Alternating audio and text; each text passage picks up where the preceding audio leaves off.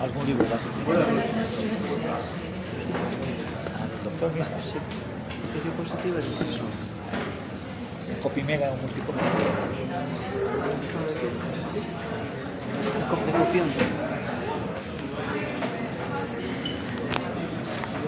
Perdón, no te escucho cómo. ¿Qué? ¿Qué se llama la fotocopiadora? El copión. Ah, el copión. Sí.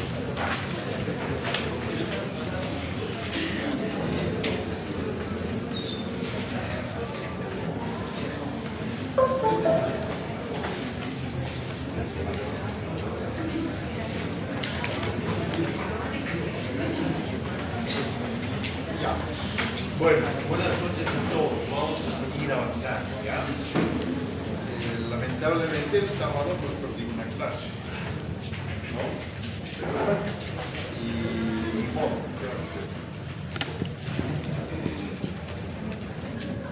No había mucha gente y bueno, ¿para qué íbamos a esa materia? Igual si iba a la ¿ya? Bueno. Estamos hablando de los principios que se aplican en los procesos administrativos, ¿no? Les decía que estos principios también rigen en los procesos constitucionales. Más adelante vamos a ver ese tema. Todavía estemos avanzando en los procesos constitucionales. No sé qué ha pasado con este grupo, con este curso, pero nosotros dos hemos avanzado bastante. En el grupo 31 estamos prácticamente en el tema 2, ¿no? Nos avanzó, casi estamos terminando el tema 2. Pero bueno, ni modo, ¿ya? Vamos a tratar de igualar.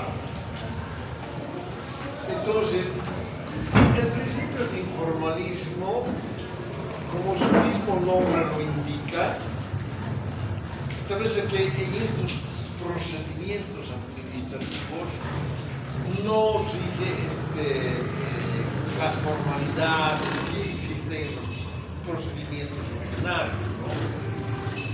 No es necesario cumplir con ciertas formalidades que se exigen en otro tipo de procedimientos. Sí, ¿cómo está? Al final no tiene mucha relevancia de cumplir ciertas formalidades. Hay que obviar todo esto, ¿no? Prácticamente en eso consiste. Lo importante, les decía además la anterior clase, es que a la administración le interesa buscar la verdad de los hechos. A todos, a los administradores también.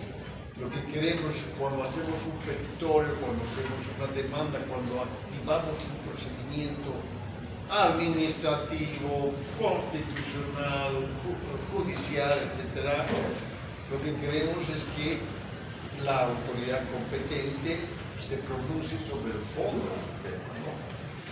La idea es que se emite una resolución administrativa determinativa, si hablamos del campo administrativo, que solucione, que defina que la autoridad pública, que los órganos de poder se pronuncien bien o mal, ¿ya?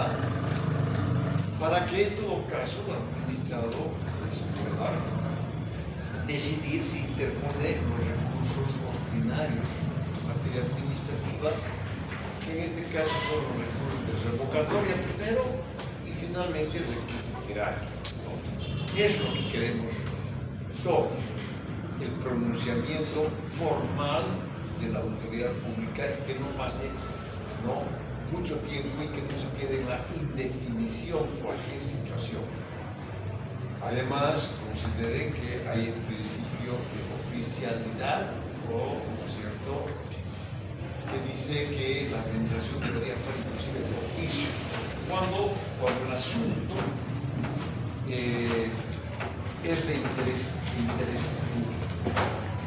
Entonces, en eso consiste este principio de formalismo. El artículo 4 de esta ley de procedimiento administrativo ¿ya? Dice, la inobservancia de exigencias formales no esenciales por parte del administrado, que pueden ser cumplidas posteriormente, podrán ser excusadas y ello no interrumpirá el procedimiento administrativo. Clarísimo, ¿no? Lo que dice la ley de procedimiento administrativo. Exactamente lo mismo se aplica en los procesos y procedimientos constitucionales. Pese a que rige el principio de informalismo, todavía hay algunas salas constitucionales y el propio Tribunal Constitucional que van exigiendo una serie de formalidades innecesarias. Cuando hablemos, por ejemplo, de la acción popular, vamos a ver que no se necesita ni siquiera la intervención, ¿no?, de un apoderado con poder, nada, uno puede asumir la representación de una comunidad, ¿no?, y demandar una acción popular. No le va a estar exigiendo la sala constitución o el tribunal con carácter previo a que en su personería, ¿no?, apunte el poder o el mandato que le permita actuar en entonces, bueno, en eso consiste este principio de informalismo, ¿ya? El principio del debido proceso también es muy importante. Además, este principio está sustentado por preceptos constitucionales, está en nuestra constitución política del Estado, este principio del debido proceso o al debido proceso. ¿Ya? Por ejemplo, los artículos 115 y 117 de la Constitución dicen: el Estado garantiza el derecho al debido proceso, a la defensa y a una justicia plural, pronta, oportuna, gratuita, transparente y sin dilación. Es una maravilla este artículo de la Constitución, que no se cumple, que no se aplica, que lamentablemente ha habido graves, pero gravísimas vulneraciones a el debido proceso, ¿no? Que ya inclusive la Corte Interamericana en algunos casos se ha pronunciado contra el Estado boliviano. Y lamentablemente el Estado boliviano va a tener que resarcir el perjuicio, el daño que se ha causado a las personas, ¿no? No se respeta ningún principio, o no se respetaba por lo menos, ¿no? No se garantizaba, como dice la Constitución política, al debido proceso. Se han iniciado acciones penales contra la expresidente de Bolivia, Yanine Áñez, por ejemplo, ¿no? Cuando se sabía perfectamente que ella gozaba de un juicio de privilegio, se llama así, el caso de juicio de responsabilidades del Estado. Ella ha reclamado, ha activado amparos constitucionales, ha presentado 4 acciones de libertad, ha denunciado, ha pedido, ha apelado, todo reclamando eso, diciendo: no me pueden utilizar ustedes jueces ordinarios, ¿no?, jueces en materia penal, porque a mí me tendría que, en todo caso, iniciarse un juicio de responsabilidades por los posibles o supuestos delitos que haya cometido en el ejercicio de mis funciones de presidente del Estado boliviano. No le han hecho caso. Ya han seguido tramitando, inclusive 2 sentencias condenatorias ha tenido esta señora, que por una de ellas estaba, ¿no?, recluida en la cárcel, ha estado casi 4 años y medio en la cárcel, ¿ya? Tomando en cuenta que su privación de libertad era absolutamente ilegal, arbitraria, vulneraba el principio del debido proceso, no le han dado la oportunidad de que asuma su defensa, etc. Ella ha agotado todas las instancias nacionales, ¿no? Y mucho más ahora ha habido un cambio de gobierno y ella ha salido como si nada de esos dos procesos penales que se han anulado como debía ser. Y esos procesos eran nulos del pleno derecho. Se han anulado los procesos y ahora ella obviamente con el legítimo derecho que tiene a, ¿no es cierto?, habiendo agotado la instancia nacional, recurrido a la Corte, a la Comisión Interamericana, ya hay un dictamen, digamos así, favorable para ella, y ese es su caso, está en la Corte Interamericana. Y la Corte Interamericana, no sé si de aquí a 2 años, 3 años, 5 años, ese es el gran problema de estas entidades jurisdiccionales internacionales que demoran mucho en pronunciarse, pero tarde o temprano se van a pronunciar y van a decir que efectivamente su procesamiento ha sido absolutamente ilegal, inconstitucional, se vulneraron sus derechos, sus garantías constitucionales. El debido proceso, más que un derecho, es una garantía constitucional que vamos a ver más adelante. Y lamentablemente, ¿en qué va a concluir ese proceso que inicie ella contra el Estado boliviano? El Estado boliviano le va a tener que resarcir todo el perjuicio que tuvo nacional.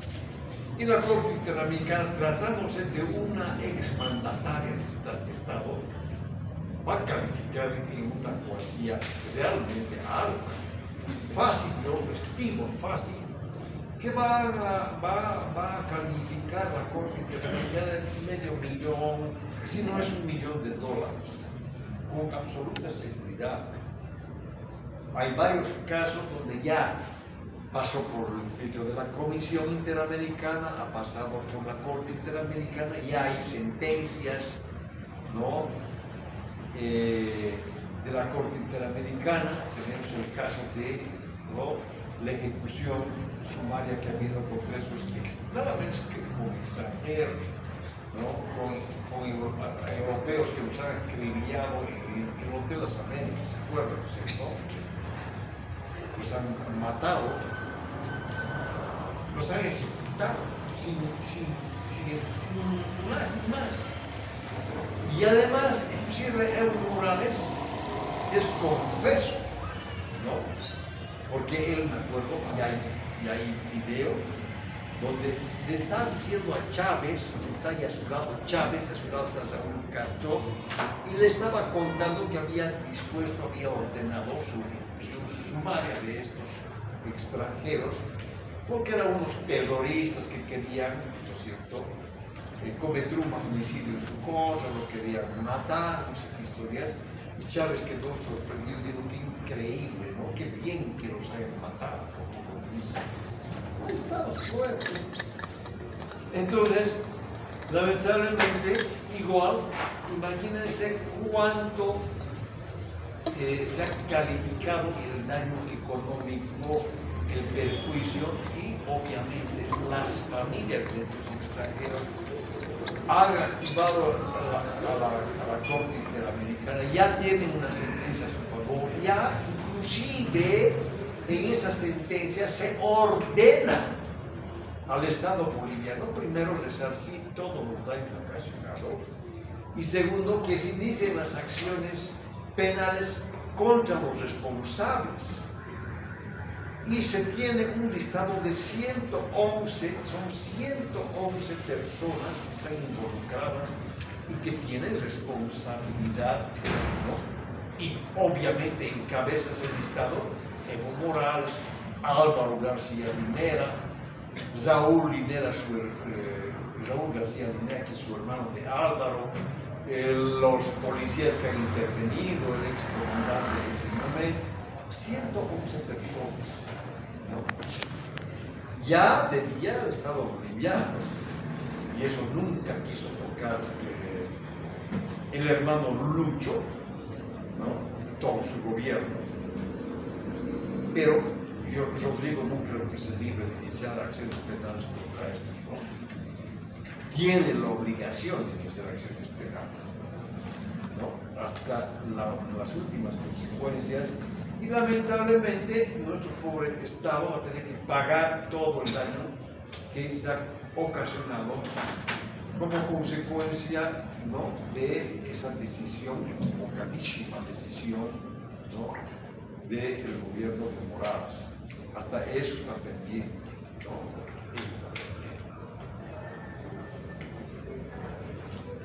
En Bolivia no se ha respetado ninguno de los principios procesales, como por ejemplo los que rigen en materia penal.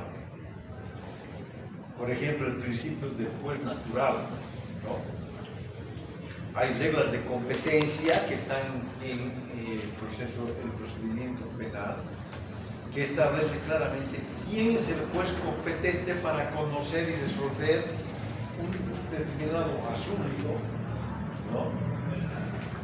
Y resulta que ni siquiera eso se ha respetado. Lamentablemente, se han iniciado procesos penales en La Paz, ¿no? La dirección del proceso estaba a cargo de jueces que se han atribuido una jurisdicción y competencia nacional, fiscales o superfiscales, que tenían competencia para poder, ¿no?, hacer la persecución penal en cualquier parte de Bolivia.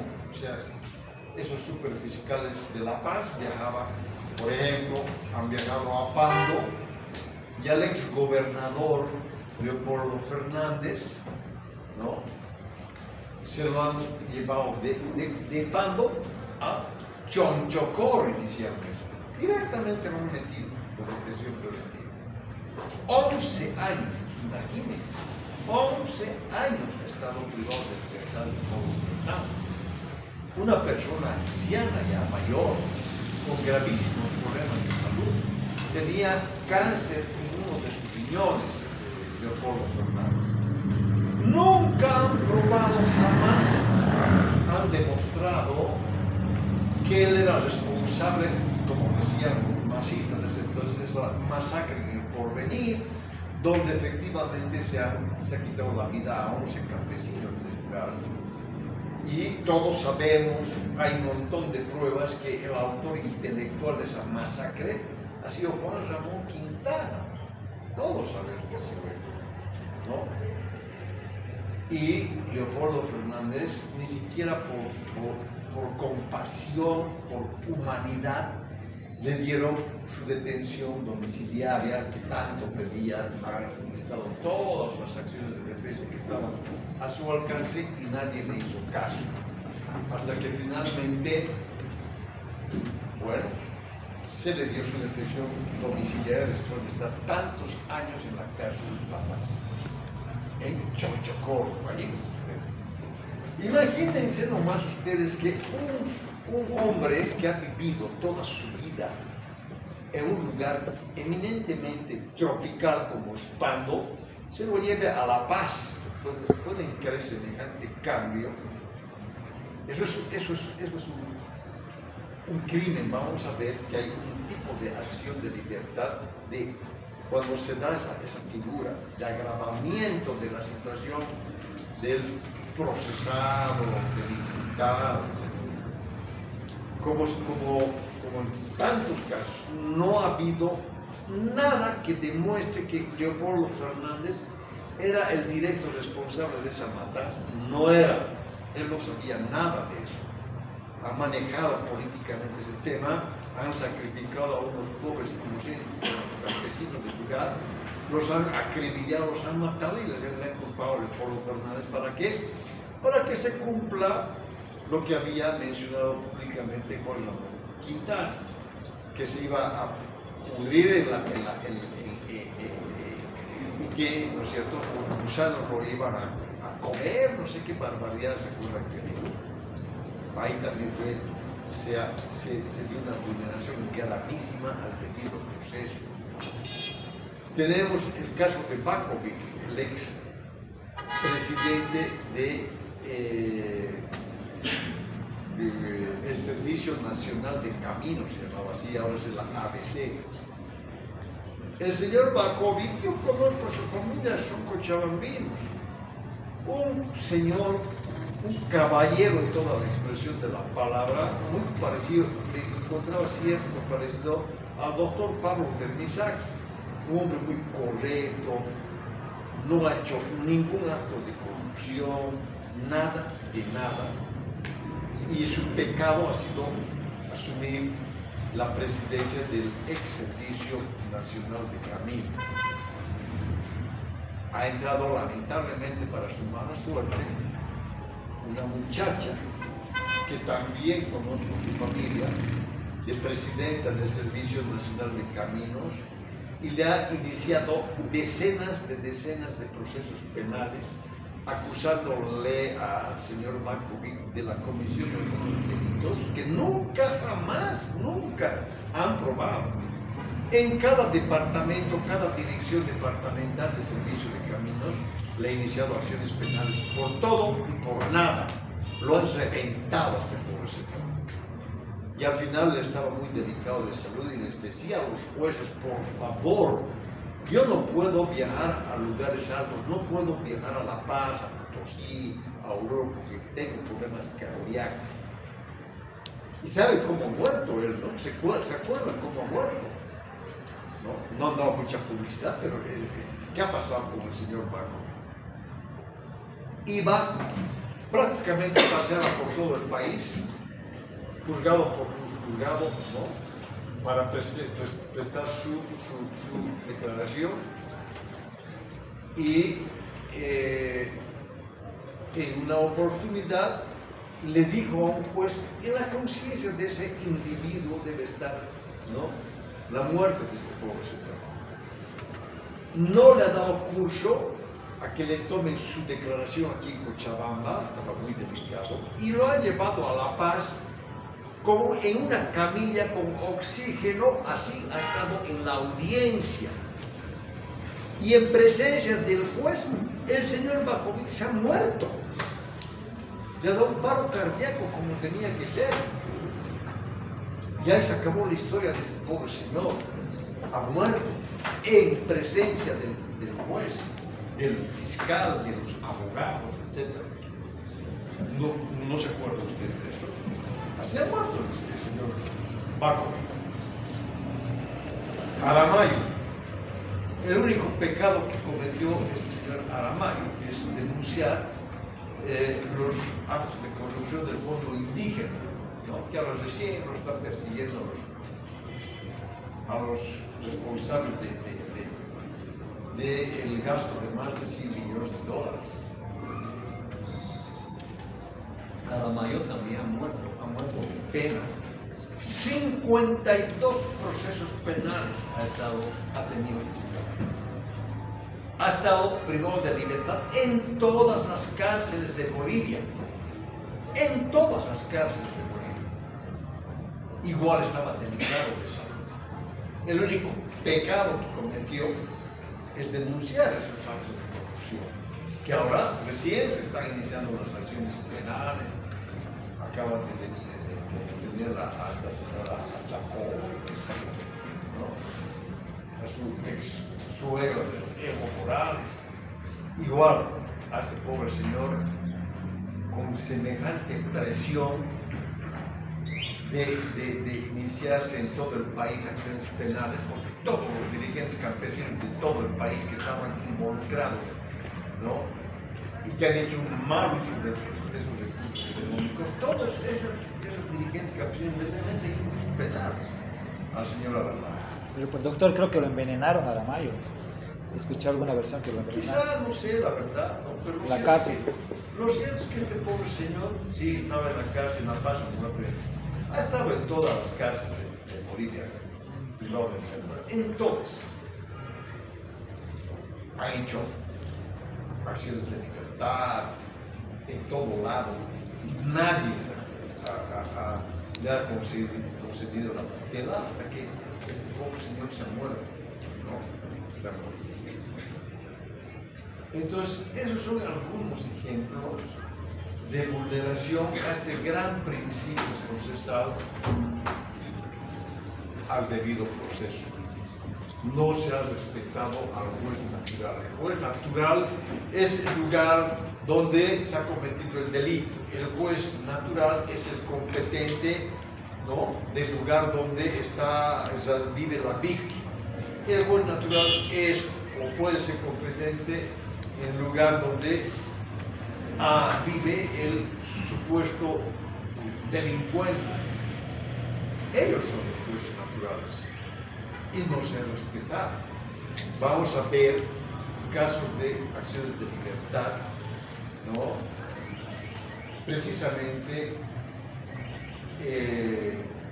con el propósito de que se conceda la tutela a todos aquellos bolivianos y bolivianas que han sido procesadas ilegalmente y por jueces, ¿no?, que no tenían competencia alguna, pero como había esos super fiscales y esos super jueces que todavía siguen en tribunales, todavía no ha habido una depuración de estos delincuentes que son nuestros jueces, ¿no? Yo creo que este juez que lo ha visto morir al señor Bakovic por falta de oxígeno, seguramente algún día va a llegar el día en que este va a pagar. No saben lo que significa ver a tu familiar morir como mi padre ha muerto en mis brazos por falta de oxígeno. Esa empresa que nos dotaba oxígeno en esa época no me quería cambiar, le daba su tubo y yo me llevaba otro tubo. Mi padre estaba con oxígeno casi un mes y cada máximo un día y medio yo corría como loco a recoger su oxígeno, lo que él necesitaba, etc. Y llegado el momento, me acuerdo, en febrero, carnaval, la gente mojándose, todo correteando con mi hermano, con nuestro, ¿no?, balón de oxígeno, etc. Y llegamos tarde. ¿Por qué? Porque como me dijeron que ese botellón estaba seriado, tenía un número que estaba asignado a mi padre, no podía cambiar por otro cuando había un montón de, ¿no?, botellones de oxígeno, pero no, que así es la empresa y solamente es este botellón que tiene que consumir hasta que vaya, hasta que vuelva, todo eso. Mi padre se ha muerto en mis brazos por falta de oxígeno, no podía respirar. Y lo sacudíamos, ¿qué no le hemos hecho para que recupere mi padre? Y se ha muerto delante de nosotros y se ha muerto en mis brazos. ¿No? Nunca ese es un tema muy traumático que he vivido, lamentablemente, ¿no? Las fuentes del COVID, todo aquello. Lo peor es que a una persona le falte oxígeno, que no pueda respirar y que se muera por falta de oxígeno, ¿no? Que se muera y verlo así, que se está muriendo y que no pueda hacer uno nada para poder salvar la vida a esa persona, ¿no? Es muy, muy duro eso. Y es lo que le ha pasado a este pobre señor Bakovic, y eso que él tenía oxígeno, estaba en camilla, etc. Pero igual se ha muerto, porque le falló el corazón, ¿no? En fin. Bueno, entonces, el artículo 115 dice: ninguna persona puede ser condenada sin haber sido oída y juzgada previamente en un debido proceso. En un debido proceso, dice el artículo 117 constitucional. Son preceptos constitucionales que no se han respetado en este país y que hay responsables de ese tema y esos tienen que entrar a la cárcel por mafiosos, delincuentes, asesinos. Y la gente, el pueblo, no tiene que olvidar esa situación, ¿no? Tenemos que tener memoria para recordar todas las atrocidades que ha hecho este gobierno del MAS, y perdón que me exprese así, si alguien es masista, bueno, es un problema, ¿ya? Pero así ha sido el gobierno del MAS, ¿no? Se han enriquecido con la gente, han cometido excesos, abusos, no han respetado ni a la mujer, ¿no? Una serie de vejámenes, las han violado en sus oficinas, les han obligado a hacer cosas que no deberían. Bueno, ya no quiero explicar. En vano vas a meter. En vano vas a Y meter. todavía hay grupos que siguen votando por él. Hay gente así. Así es nuestra gente ignorante, ¿no? Que no les importa nada. Qué tipo sea un pedófilo que haya violado a niñas, que tantas cosas ha hecho este hombre, ¿no? Que las madres tenían que entregarlas a sus hijas. ¿Por qué? Porque él pedía. Y lamentablemente tiene un problema mental este tipo, porque es pedófilo, como hay muchos pedófilos en todas partes del mundo, ¿no? Ni siquiera por solidaridad a la mujer, por empatía a la mujer, estas mujeres campesinas que están, ¿no?, resguardándolo a Evo Morales para que no se detenga, etcétera, etcétera, ni siquiera se ponen a pensar que este hombre ha hecho atrocidades con las niñas, con las adolescentes, ¿no? Y lo protegen y lo idolatran a este individuo, ¿no? Cuando no debería ser así, por supuesto, ¿no? Pero bueno, ¿qué vamos a hacer? Entonces este es un principio importante al derecho, ¿ya? No pago de costas judiciales, otro también principio importante. Ahora, esto va por dos vías, ¿ya? Que no se debería, ¿no?, cobrar absolutamente nada de valoradas y todo ese formulario y todo aquello al administrado. El servicio de la administración de los 4 órganos de poder deberían ser absolutamente gratuitos, etc., ¿no? Hemos avanzado algo en esa situación, ¿no? Ya se ha olvidado de ciertos valores, que ya no hay papel sellado, timbres para juzgados de instrucción, para juzgados de partido, para interponer un recurso de apelación, para dar los recados cuando uno interponía un recurso de casación para que se vaya a sufrir el expediente, etc. Era un costo importante, que ahora ya no hay, digamos, eso, ¿ya? Pero todavía existen estos famosos formularios en otras instituciones. Todavía sigue la ventanilla única en la gobernación. Aquí en la Universidad de San Simón, para hacer un trámite administrativo, compre un valorado de 20 pesos para que puedas habilitarte a la segunda instancia, exponiendo aquí, señor, ¿no? Hay un valorado que tiene que traer. Y así, para todo y para nada. Todavía aquí en la universidad sigue el tema. Presénteme un memorialcito, presénteme, ¿no?, mínimo una nota, si no, no corre el trámite, ¿no? Seguimos con eso. Y a veces son los objetos de represalias.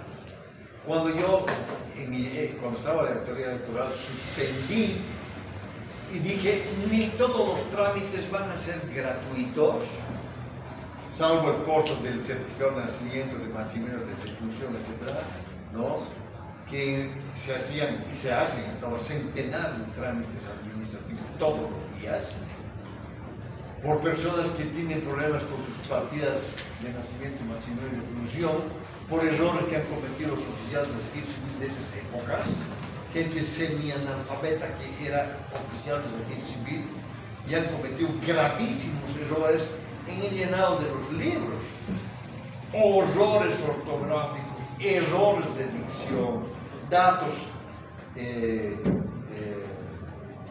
que no estaban completos, no se podía acreditar la filiación paterna, no se podía acreditar la filiación materna, datos contradictorios, gente que tenía 2, 3, 4 partidas de nacimiento, 4 certificados, que se ha escrito en diferentes épocas, con diferentes años de nacimiento. O sea, es una barbaridad lo que ocurre en este momento en el servicio civil. Yo veía una fila interminable de gente que salía desde el subterráneo hasta la calle, 1 o 2 cuadras, ¿no? De gente que estaba haciendo o que tenía que hacer su trámite de corrección de su partida. La mayoría era gente de las provincias, que llegaban de provincias alejadas, porque todo se hacía aquí, todo aquí. Y esa gente ni sabía cuál era su problema. Yo los veía echar durmiendo en la calle, tapaditos con una fachada con su certificado de nacimiento en su pecho. Cuando yo me acercaba les decía, ¿qué pasa, hijita? ¿Cuál es tu problema? No sé, dice que está mal esto, ¿no? Y para cualquier trámite le decían, necesita un memorial, presente un memorial firmado por abogado y por gente. Pues había los abogados ahí alrededor ¿no? 20 bolivianitos, 50 bolivianos, en vez de la cara de uno, 100 bolivianos, pues memorial. Y yo lo que hice es aplicar que hasta ahora se aplica hasta el día de hoy, y seguramente han mejorado, un formulario, un checklist, un listado de casos, y que simplemente ni siquiera el interesado ciudadano tiene que llenar ese formulario, sino el encargado de esa ventanilla que lo está atendiendo.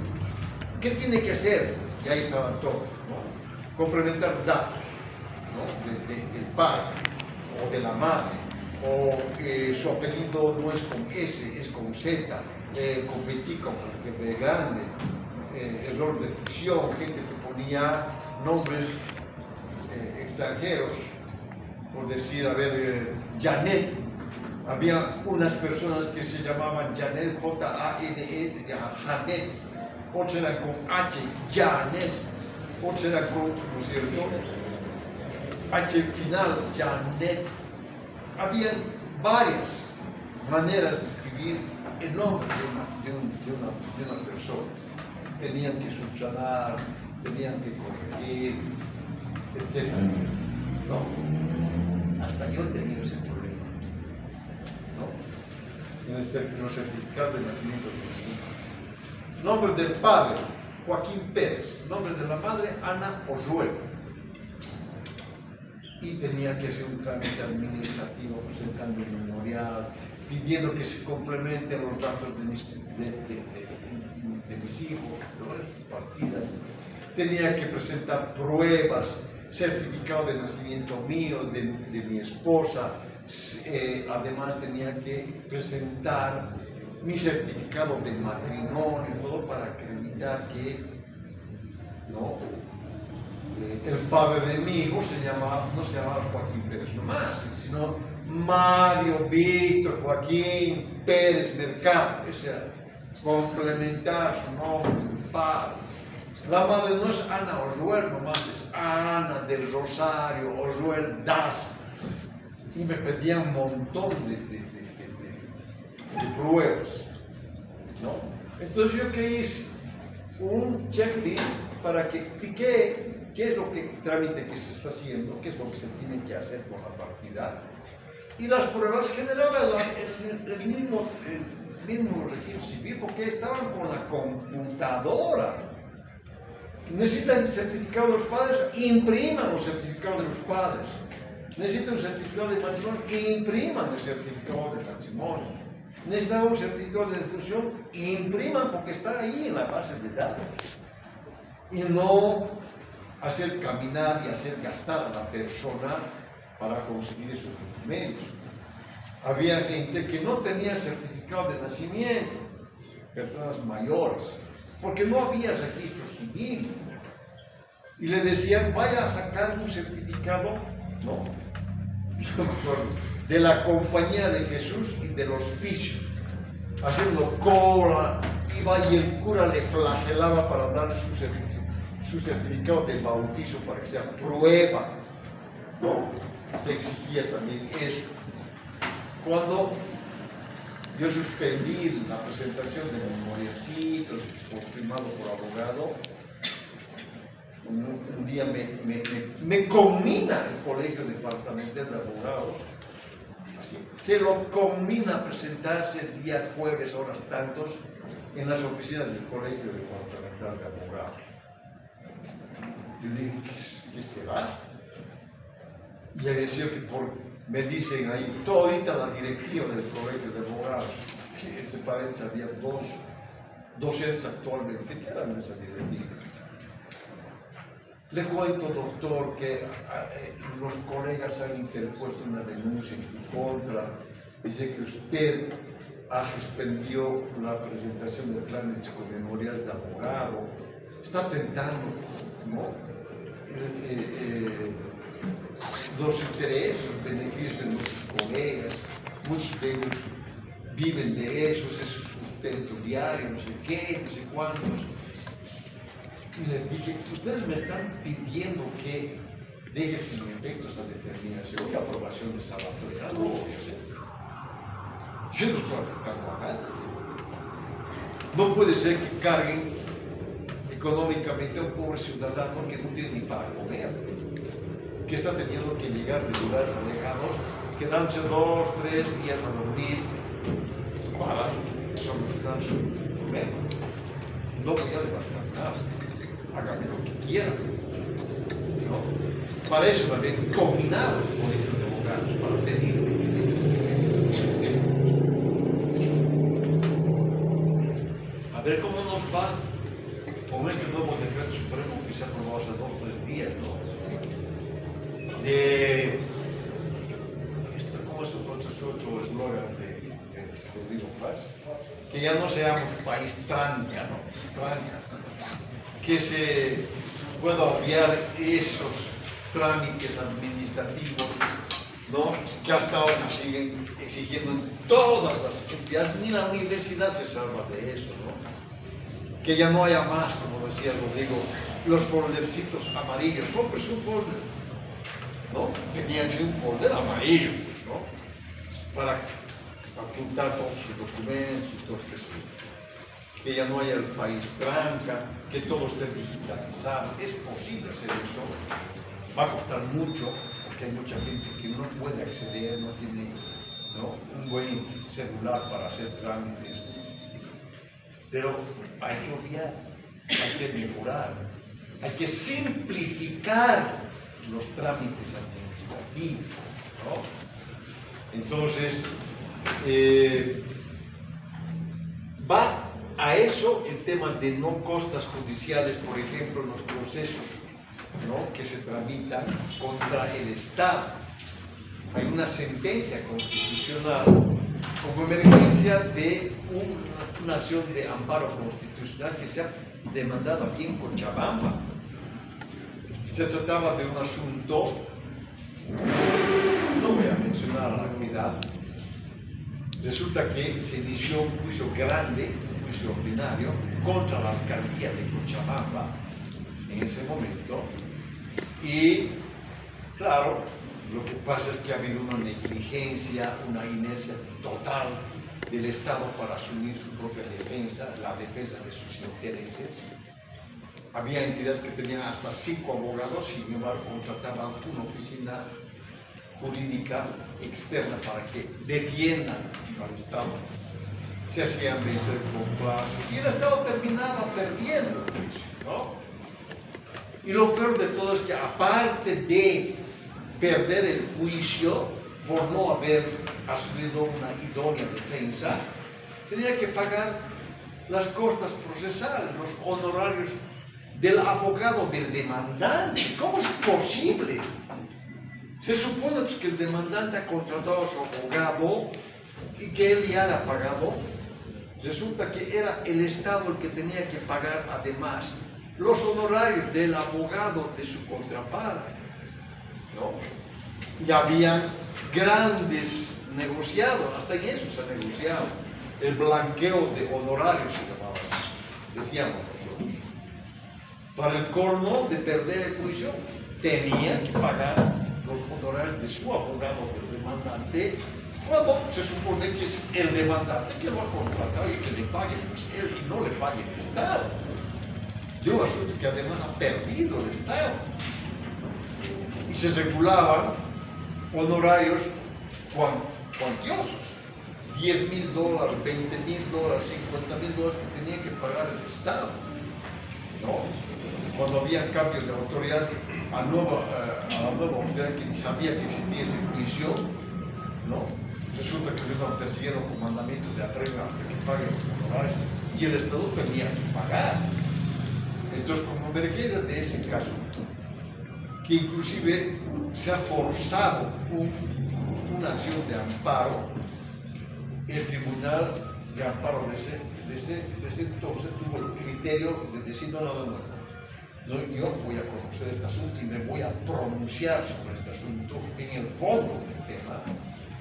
Y lo bueno es que el fallo del juez de garantías constitucionales se remitió a Sucre, al Tribunal Constitucional, y el Tribunal Constitucional, en base a todo, ha ratificado la decisión del juez de garantías de Cochabamba y ha emitido una sentencia muy bonita que dice que el Estado no puede estar arreglado a costas procesales. El Estado no va a pagar costas procesales a nadie.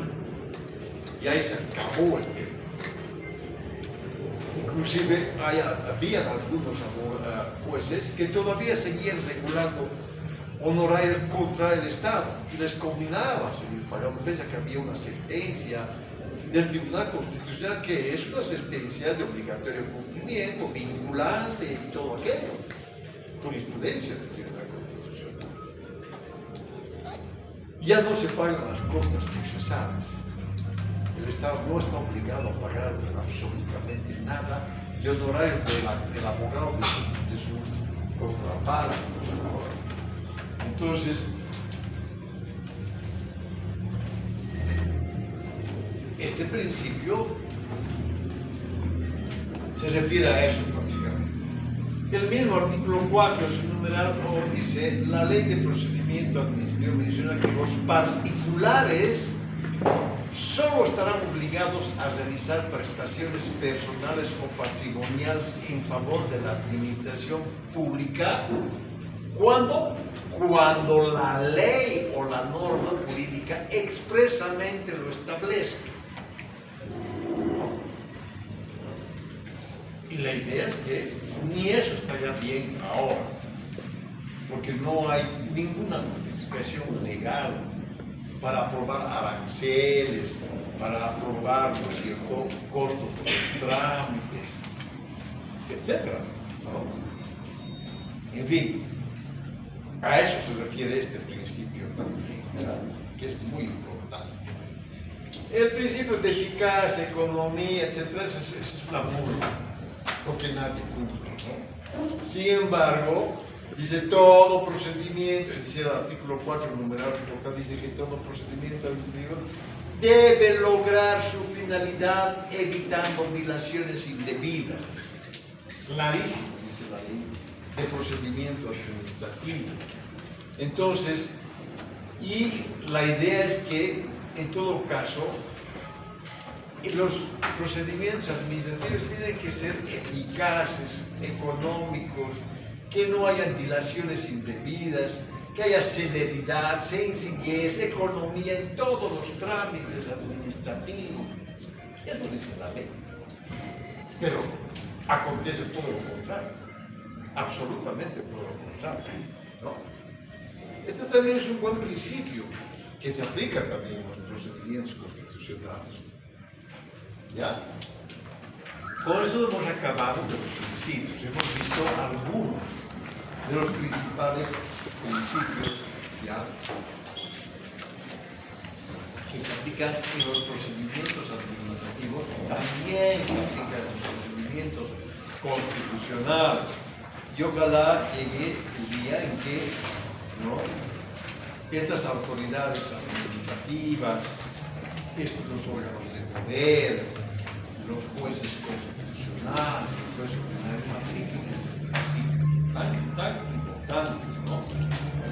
que tienen que ver también con lo que tanto se habla y se pregona en el país, el Estado de Derecho, ¿no? Que haya un verdadero Estado de Derecho en el país. ¿Ya? Bueno, esto, el procedimiento administrativo y la función administrativa, les voy a explicar, quizá no lo que está aquí propiamente, pero lo que quiero que entiendan, y creo que ya les hablé también de esto, es lo siguiente, ¿ya? Los órganos de poder legislativo, ejecutivo, judicial y electoral tienen atribuciones claramente establecidas en la Constitución. El órgano judicial administra justicia, el órgano electoral administra procesos electorales, el órgano legislativo sanciona leyes y además realiza actos de fiscalización, ¿no? Y el órgano ejecutivo, obviamente, es una instancia administrativa por excelencia. Estos 4 órganos de poder tienen sus unidades administrativas, porque tienen que contar con sus unidades administrativas. Por ejemplo, el órgano judicial tiene su unidad administrativa, que es el Consejo de la Magistratura, ¿no? El Consejo de la Magistratura administra los fondos, los recursos del órgano judicial. El órgano, ¿qué se llama? Esta instancia también es un ente disciplinario, porque puede iniciar acciones disciplinarias contra vocales, jueces, personal subalterno, etcétera, etcétera. El Consejo de la Magistratura es una unidad eminentemente administrativa. Realiza únicamente actos administrativos que precisa el órgano judicial. Administra personal, administra los recursos que le transfiere el Tesoro General al órgano judicial, administra los recursos propios que capta el órgano judicial por la prestación de algunos de sus servicios. Ha perdido un gran ingreso que tenía del notariado, porque el notariado siempre, toda la vida y en todas partes del mundo, siempre el notariado dependía de los órganos judiciales. Pero ahora, no, ya no, porque depende del órgano ejecutivo, del Ministerio de la Presidencia, no, era del Ministerio de Justicia, que ahora ya no hay. Ahora es un viceministerio que está ejerciendo un control a todo el notariado. Y ahí hay buena cantidad de ingresos de valores notariales, carátulas, timbres, formularios de reconocimientos de firmas, formularios para los autos ¿no?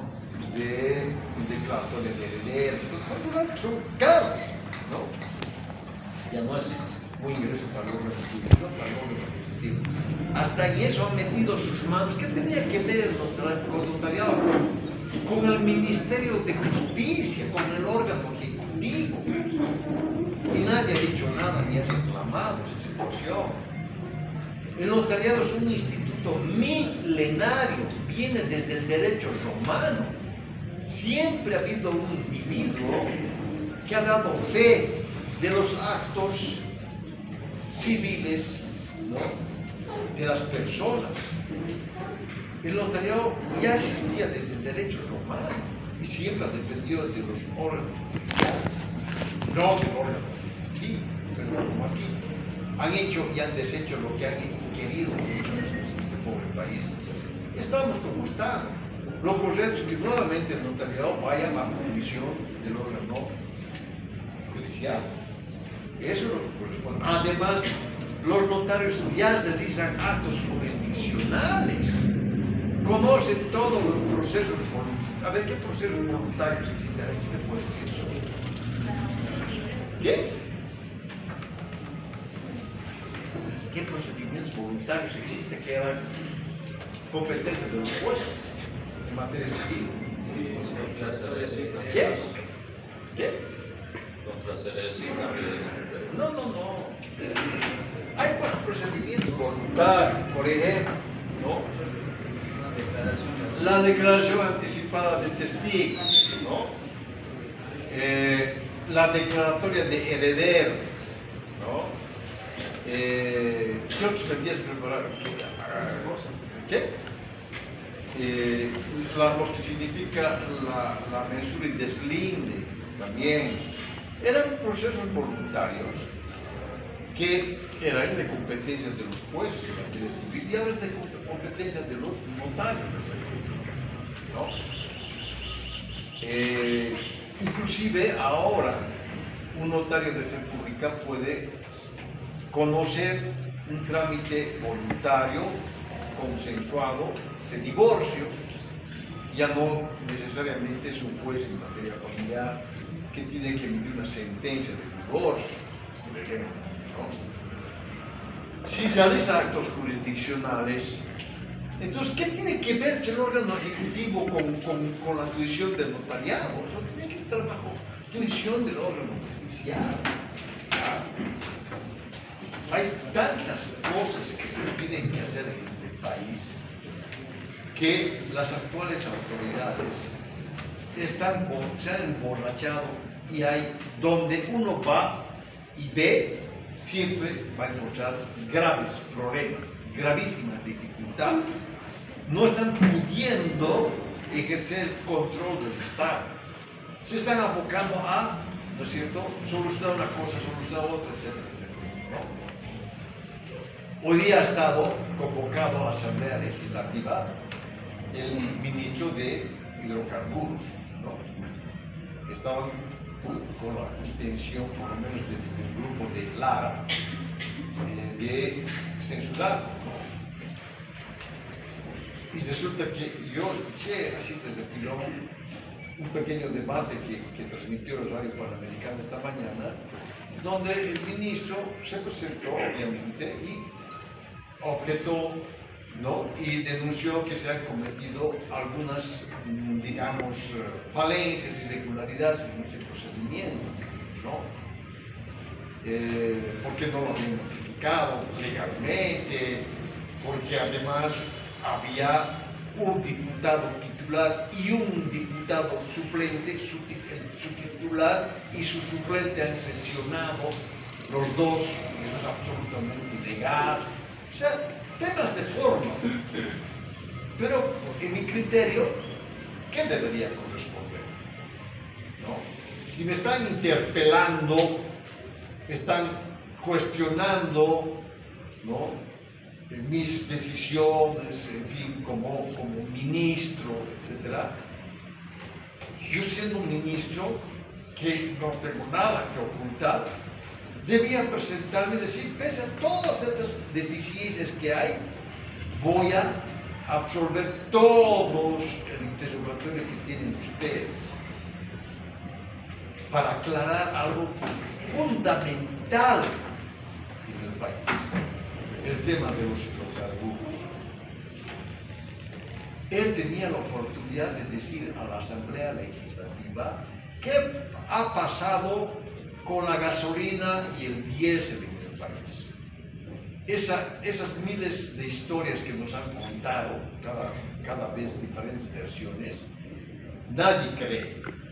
Ha habido gente, ¿no?, profesional, conocida en la materia, que ha dicho: no se puede mezclar el diésel y la gasolina con el agua, porque no se mezclan. Es como pretender mezclar el agua con el aceite. O sea que no puede ser. ¿Ustedes creen que han sacado de las cisternas 1000 litros, de una cisterna que tiene 15.000, 20.000 litros de capacidad, y le han echado otros 1000 litros de aceite sucio, de agua, etcétera, y han contaminado millones de litros? Eso es absolutamente imposible. Y así se ha explicado por gente conocida, experta en la materia. Esa historia nadie le cree al actual gobierno. Y me da pena hablar mal de este gobierno. Yo le tengo mucho aprecio al presidente, a Rodrigo. Pero algo ha pasado con el tema este. Y no nos pueden dar una explicación coherente de qué es lo que ha pasado. No tenemos ninguna seguridad y garantía para cargar gasolina. Yo no les exagero, me persino para cargar mis autos. Que no se arruinen. Sí, ojalá que no esté contaminado, porque no nos explica. Y además era la oportunidad del ministro de decir, ¿saben qué? Aquí están los contratos que ha firmado el gobierno, este gobierno, con los proveedores del diésel y de la gasolina. Y el gobierno está pagando X cantidad de dinero por la compra y estamos adquiriendo de tales y tales empresas del Paraguay, qué sé yo, ¿no? De donde estaban comprando. Hasta ahora nadie conoce esos contratos. Nadie sabe qué es lo que pasa con eso. Porque no quieren exhibir eso. Si uno es transparente, pues exhibe, ¿no? Y parece que seguimos nosotros adquiriendo a través de estas empresas que han tenido vinculaciones con los hijitos de papá, del hermano Lucho, ¿no? Con Marcelo, el otro, no sé qué se llama, que han hecho grandes negociados, ¿no? Con el combustible.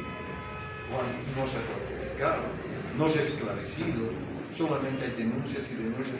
No hay un solo cisternero que lo hayan pillado mezclando su diésel o su gasolina con agua o con aceite sucio, que lo hayan detenido y que lo hayan metido adentro, que él declare quién le ordenó hacer eso, cuánto le estaban pagando por eso.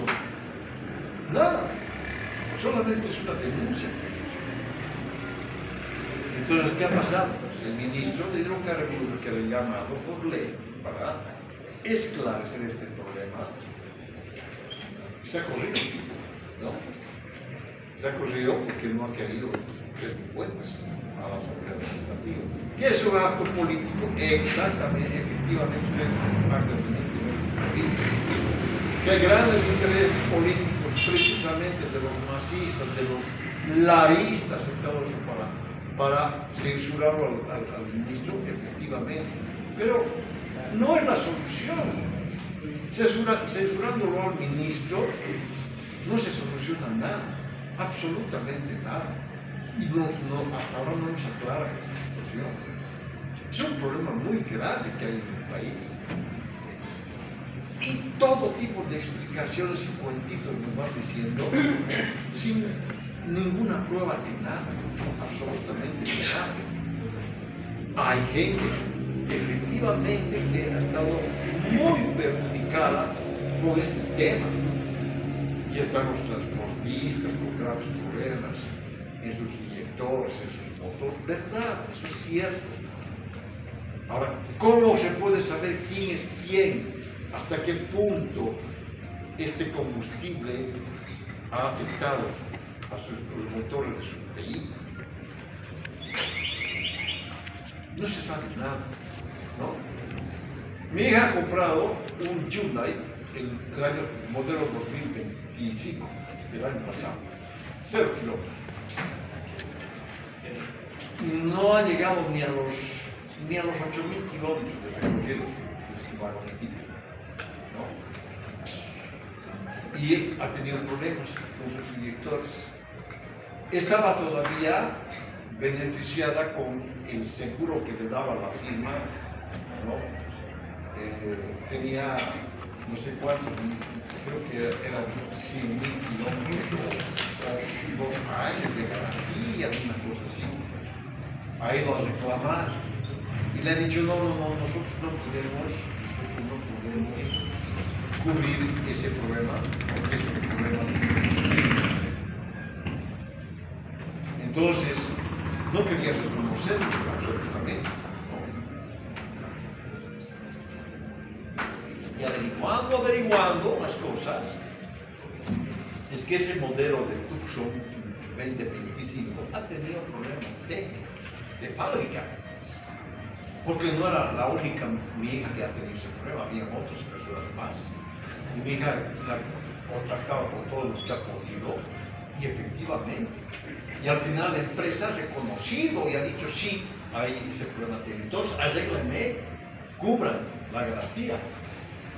Y han tenido que, ¿no es cierto?, destapar el motor, cambiar sus inyectores. Resulta que un inyector estaba mal y que lo iban a cambiar por otro, todo eso a costo cero. Ni no pagó ni un centavo, pero ha tenido problemas. Y hasta ahora está en la duda de que si era ese problema técnico que tenía ese modelo de vehículo o era un problema del combustible. Quizás ha sido las dos cosas, quizás, ¿no? Entonces hasta ahora me dice, ¿y ahora papi, qué hago, papito? ¿Cargo o no cargo gasolina? Se está acabando mi tanque, ¿no? A la moneda. ¿Qué? Te lo cambia a gas. Bueno, al final es pobre nuestro país, ¿ya? Es una pena. Entonces, pues he puesto el ejemplo del órgano judicial, lo mismo ocurre con el órgano electoral, aparte de administrar los procesos electorales, qué sé yo, administrar, organizar y ejecutar los procesos electorales, tiene necesariamente que cumplir con tareas netamente administrativas, porque manejan personal, porque manejan recursos del Estado, porque tienen que aplicar los sistemas de administración y control gubernamental que establece la ley SAPO, porque tienen que aplicar el sistema de administración de bienes y servicios. ¿Por qué? Porque tienen que aplicar su sistema de contratación de bienes, obras y servicios obligatoriamente, ¿no?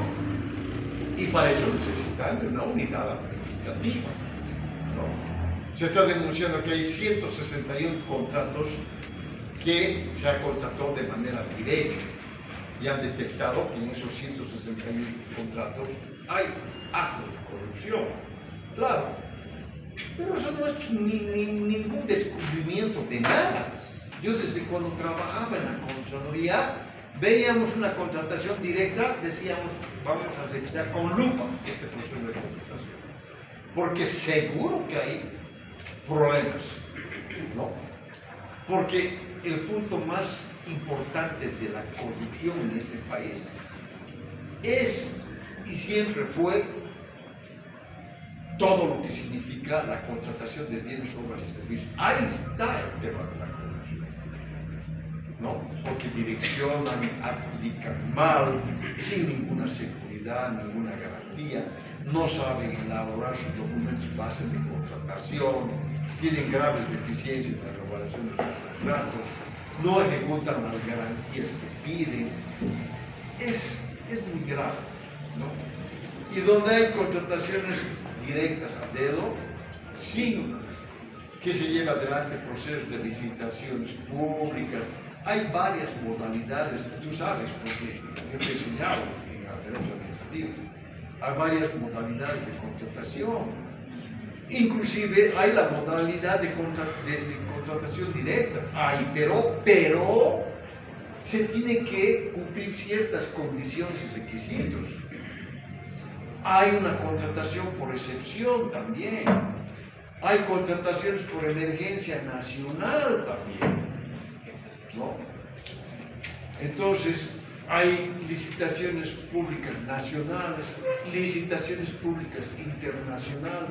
Todo eso yo les enseño en derecho administrativo.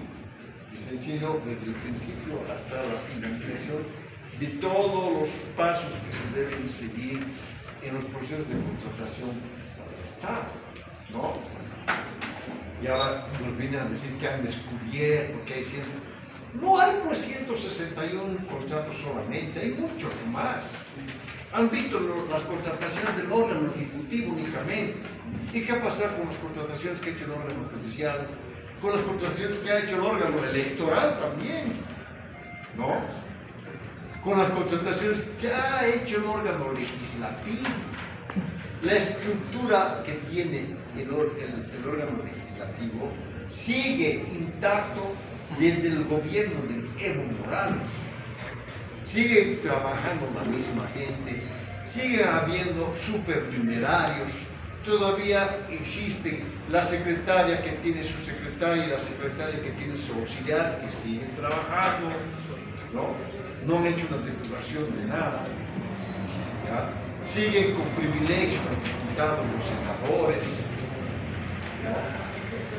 Se ha llegado hasta el extremo de la sinvergüenzura de una ex diputada marxista que cuando ya tenía que dejar sus puestos ha pedido, porque dice que era el derecho que tenían los diputados y senadores para que se les provea de un celular, ¿no? El último iPhone que había salido, porque les han dado a todos los diputados y senadores celulares. Y ella estaba reclamando que se le cambie su celular por el último modelo, porque dice que era su derecho. Imagínense ustedes, semejante sinvergüenza mafiosa, ¿no? Lo que debería es que poner el celular ni siquiera del Estado, no la de ella. Todos igual, todos. Entonces, los órganos de poder necesitan contar con unidades administrativas, porque estos órganos de poder y toda la estructura que emana de esos órganos de poder realizan actos administrativos, tienen que tener normas procedimentales para llevar adelante y cumplir con sus funciones, sí o sí, ¿ya? Entonces, no solamente se abocan a cumplir sus competencias, sino también a realizar actos administrativos.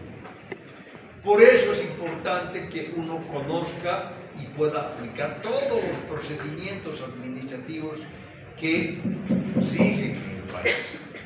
Que, como les había dicho, estos procedimientos administrativos son procedimientos especiales también. Por eso les estoy hablando de los procedimientos administrativos. Más adelante les voy a hablar de los procedimientos constitucionales. Esa es la razón, ¿ya? Y eso es lo que quiero que entiendan. Y lo mismo, los 4 órganos de poder también realizan acciones o actos jurisdiccionales, ¿no? El órgano electoral realiza tareas jurisdiccionales, no solamente el órgano judicial, porque el órgano electoral es el juez electoral. Tiene reglamentos, tiene procedimientos para aplicar, ¿no?, sanciones por faltas, por contravenciones, por delitos electorales. Están tipificados los delitos electorales en la ley del régimen electoral. El órgano legislativo, cuando tiene que procesarse el uso de responsabilidades contra altos dignatarios del Estado, se constituye en la primera etapa o fase de un juicio de responsabilidades, y es esa instancia que procesa inicialmente a un alto dignatario del Estado. ¿No? El legislativo no solamente entonces sanciona leyes ni ejerce actos de fiscalización. El órgano ejecutivo también realiza acciones jurisdiccionales. Cuando impone sanciones a sus servidores públicos, cuando se inician procesos disciplinarios, cuando estos funcionarios han contravenido un ordenamiento jurídico administrativo, unas normas de conducta funcionaria, etc., tienen su sumariante, se interponen los recursos ordinarios administrativos de revocatoria, recurso jerárquico, ¿no? Todos. El órgano ¿qué me falta? Judicial, obviamente, es por excelencia, pues está estrictamente mencionado. Entonces, eso quiero que comprendan, por favor, y para que estos órganos de poder y todas las entidades que dependen de estos órganos de poder necesitan de procedimientos especiales administrativos. ¿Por qué? Porque realizan actos y tareas también administrativas, y de ese modo deben cumplir con la función pública, ¿ya? Que ese es su sustento, para eso existe, para brindar servicios, hasta bienes a nosotros, administrantes o ciudadanos, ¿no?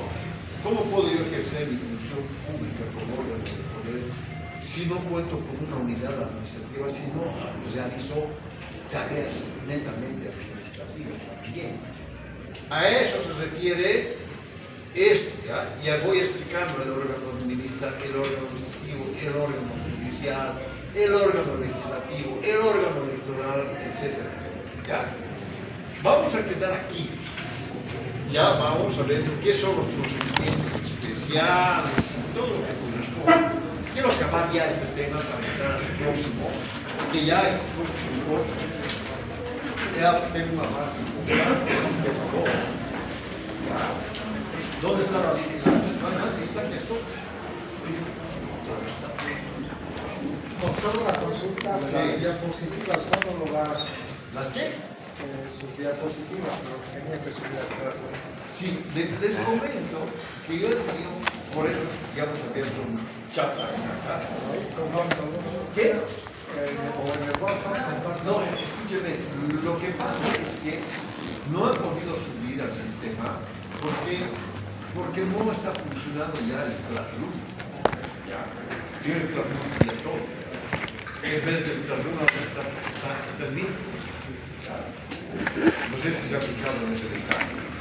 Entonces, por eso les dije que era más práctico que vayan ustedes y se fotocopien, ¿ya? Pero si quieren, podemos subir al WhatsApp. ¿Ya? Y hablando del WhatsApp, les voy a otorgar un plazo para que todos, pero absolutamente todos, y no se olviden, ¿ya? Ingresen, se registren, ¿ya? O modifiquen sus registros de WhatsApp y apunten su fotografía, porque yo necesito ver sus caras de todos, y primero su apellido paterno, luego su apellido materno y luego sus nombres y su carnet de identidad. Voy a esperar unas cuantas clases más. Si veo que por aquí les entra y por aquí les sale y no hacen eso, los voy a eliminar del WhatsApp. Y van a tener que arrodillarse para que los vuelvan a ver. Es la única forma de presionar. Ustedes no entienden. O sea que, por favor, no me importa si están peinados o despeinados, la cosa es que esté su foto, ¿ya? Para que yo los identifique, necesite. Pero el carnet de identidad, ¿no? Si no va a llegar, te da ciertos caracteres. Bueno, ya, digamos, ya, pero por lo menos su nombre, sus apellidos, paterno, materno y nombre. Ya, por favor, hagan eso. Ya varias veces les he dicho. Ya. Y nadie me hace caso, nadie, hasta el día de hoy. ¿Ya? Nada les cuesta registrarse como yo necesito que se registren. Por favor, por favor. ¿Ya?